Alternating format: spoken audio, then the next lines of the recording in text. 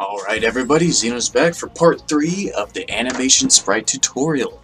We are going to dig into things like Actionscript code. So the main lessons I will put up today is how to stop a frame in your animation and make a play button. So we will dive right in and hopefully you guys can keep up. Now I'm going to set up Actionscript 2.0. I will import my VCam right now because it's almost an animation essential tool. So I'm going to name this the VCam, paste it in. Alright, I'm going to lock it because I don't plan on moving it at all. Insert a new layer, and now I'll make up a scene scenario for us to have a reason to hit play and stop on. So just give me a second here.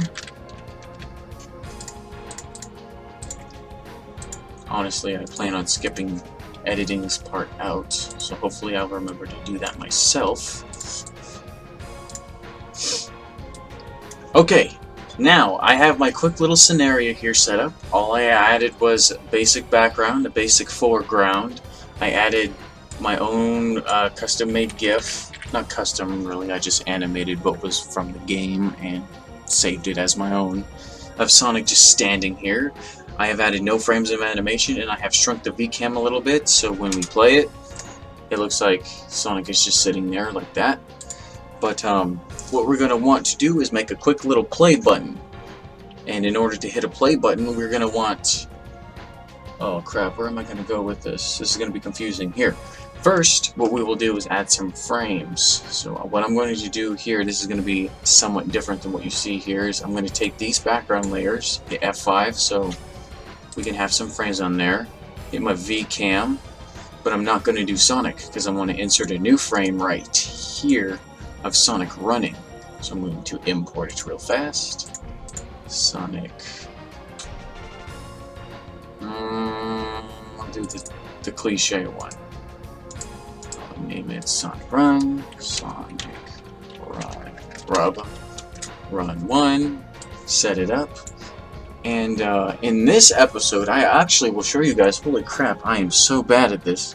There's actually an onion skinning tool in Flash too. There's this little button right here called onion skin. And what it'll do is take frames like that Sonic right there so you have something to reference in later. So now I can take this Sonic and kind of line him up with this one so animation can look a little bit smoother. And I'll make a motion tween of this Sonic moving across the screen. So when we play it, test it out, look, you don't see the Sonic stance animation very quickly right there, but Sonic comes and runs off. What we're going to want to do now is make it so we can see the Sonic animation of him just standing there. We're going to want to give the viewer the option to click play to play the animation. So what we're going to do is go back to the Sonic stance here. This is the part where I don't really like onion skinning a lot, and I'll disable it. There's Sonic just standing there. And we're going to want to click on his frame of animation and go to Window. You can click Actions. I just like hitting F9. And this is when we start opening into the code menu here. This is where stuff gets a little complicated. But right now, this basic code will be super easy to do.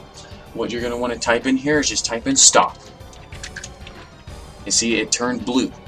Now, this isn't the rest of the code, but what I want to show you here is that now this thing has a little 2-dot animation, which means that yes, there is now code on that frame, which means it'll, when it hits that frame, which is the first frame, it is going to tell the Flash file to do whatever you have coded.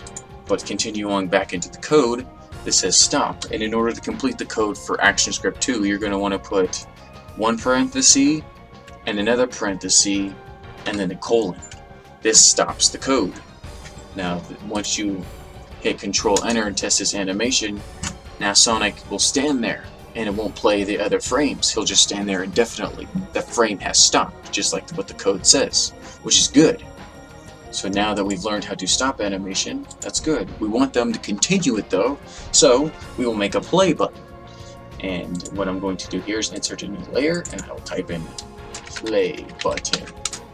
And I'm going to right click on the second frame and type in insert blank keyframe. This is a little crucial in my brain, because you're going to want to make it where once you click the play button in the first frame, it disappears. So we'll go back into the first frame. I'm going to lock all these other frames so we can't accidentally edit them. And I'm going to make my play button. You can make it whatever the heck you want. You can make it a square. You can make it a text that says play. You can make it a dick. I don't care. But what I'm going to do is make it look like the play button, you know, a sideways arrow. And I'm going to click on the Polystar tool, click on Properties, and click on Options. Set number of sides to 3, so we'll make it a triangle, and make sure that these are colored. Now I'm going to hold Shift while I drag it out, and boom, it looks like I've made quite a play button there. Now what we're going to want to do now is select this. This is why I turned the backgrounds off, so you don't accidentally select them too. Just select the play button, right click on it, and click on Convert to Symbol. We're going to click it, we're going to convert it to something that's called a button. Simple as that. Usually it's defaulted to movie clip. We're going to ignore that for now, but we're going to click on button. I'm going to name it play button. You don't really have to name it anything, but it helps to keep things organized. So now that we have a button on there, what I like to do here is double click on it. You can actually make it semi-animated, quote quote.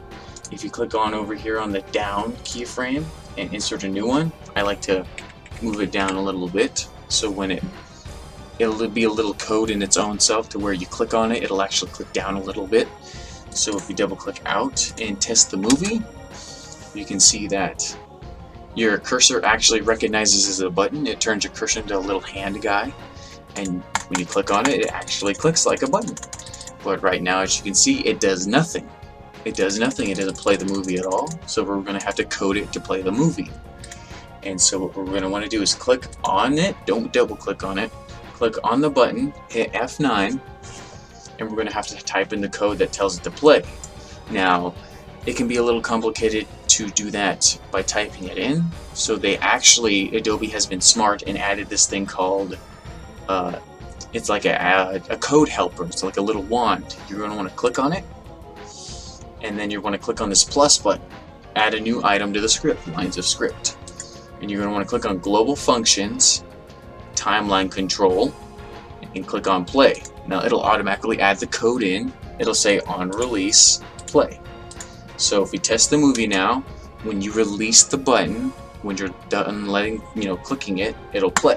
So click, and boom, it plays the animation. You have now just successfully, made a play button. And since the animation looped and stopped here, it stopped again like it was supposed to. You just click on the button and it'll play. Very, very nice. Now, things like this can get even more complicated if I open my my Sonic Eggman's Fleet video. When you test mine out, as you can see, this is going to probably be a little pre-loader to episode 4, like episode 4 of my tutorial. What most professional Flash videos have is a preloader. So if your file gets really big and somebody wants to view your video, let's say on DeviantArt, it'll download it. Like here, I'll actually open DeviantArt right now and show you guys real quick. I mean, I'm pretty sure you guys already know what I mean, but for the people who don't, I'm going to show it to them. So we'll go into my profile and drag it over here. I'll click on my Sonic and Shadow Sephiroth Nightmare semi-finished trailer, and when you click on it right here, it'll start loading the video, and you'll see this little bar load until it gets full. Now, next episode, I'll show you guys how to not make one, because honestly it's a pain in the butt, and places like DeviantArt and Newgrounds have their own pre-made ones, but I have managed to make one a long time ago. Honestly, I don't remember how anymore.